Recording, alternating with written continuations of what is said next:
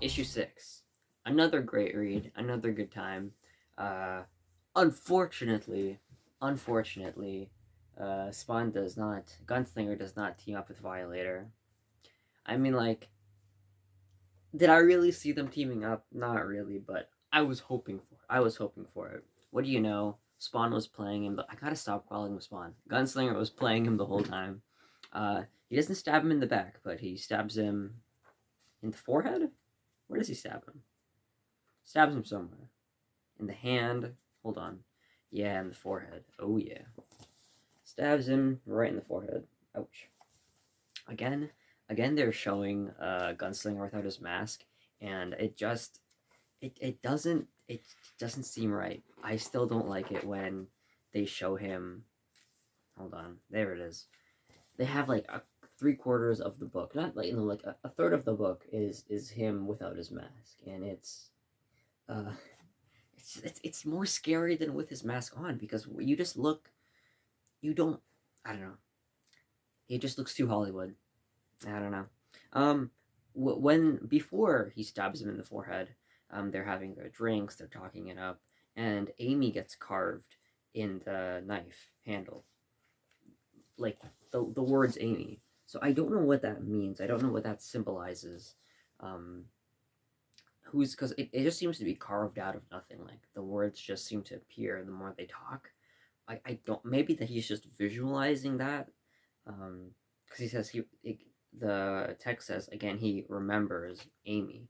So maybe it's just in his head. It's not an actual knife. I don't know, but that's not really explained.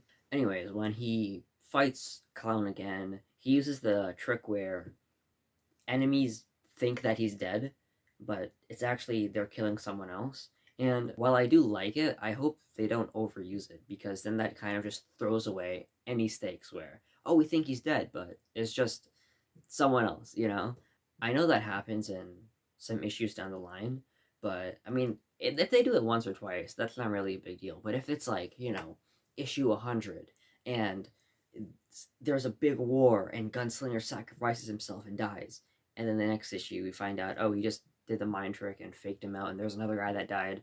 I hope they don't overuse it. That's all I'm saying. I like it, but don't do it every issue, you know? And then we get some action with little clown children just going crazy on Spawn, and they're so cute but so terrible at the same time. Like I don't know. It's I love the little clown children. Everything about the clown I like more than the '90s version. Just yeah. And then so Spawn kind of wins. Gunslinger kind of wins. He sets the clown children on the clown, and right before he's about to leave, he does a bit of something to Violator. He carves Amy in Violator's. I think that's Violator's foot. Yeah, he's really thinking about Amy a lot. So I guess I hope we find out more about Amy. Also in the fight between Clown and Gunslinger, we see them kind of sized up, and I didn't realize how large the Clown is compared to him. Um, Again, compare that to '90s Clown, where he's a little small guy. Like I knew Clown was bigger, but I didn't know he was that much bigger. Maybe he was just a bit exaggerating. Maybe he was a bit exaggerated in this, but still, like he's like the size of the Hulk. It's crazy. Overall, another very solid issue from Gunslinger. Really enjoying this series. Probably give this one 8.5. Little disappointed that they didn't actually team up, but I can realistically that probably wasn't gonna happen. Maybe down the line, Gunslinger will team up with a different bad guy. Maybe he'll team up with the Lex Luthor looking guy, Cog. Maybe. I highly doubt it, but I don't know. I like that Gunslinger is kind of the odd one out compared to the other spawns. I feel like he's the one with like the least of a moral compass. I think he cares the least about others.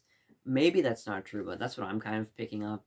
So I feel like out of all the spawns, if there were a spawn to team up with a bad guy, it would be Gunslinger, even if it was for an issue or two. I don't know. So it's something I do want to see down the line. I think that'd be pretty cool.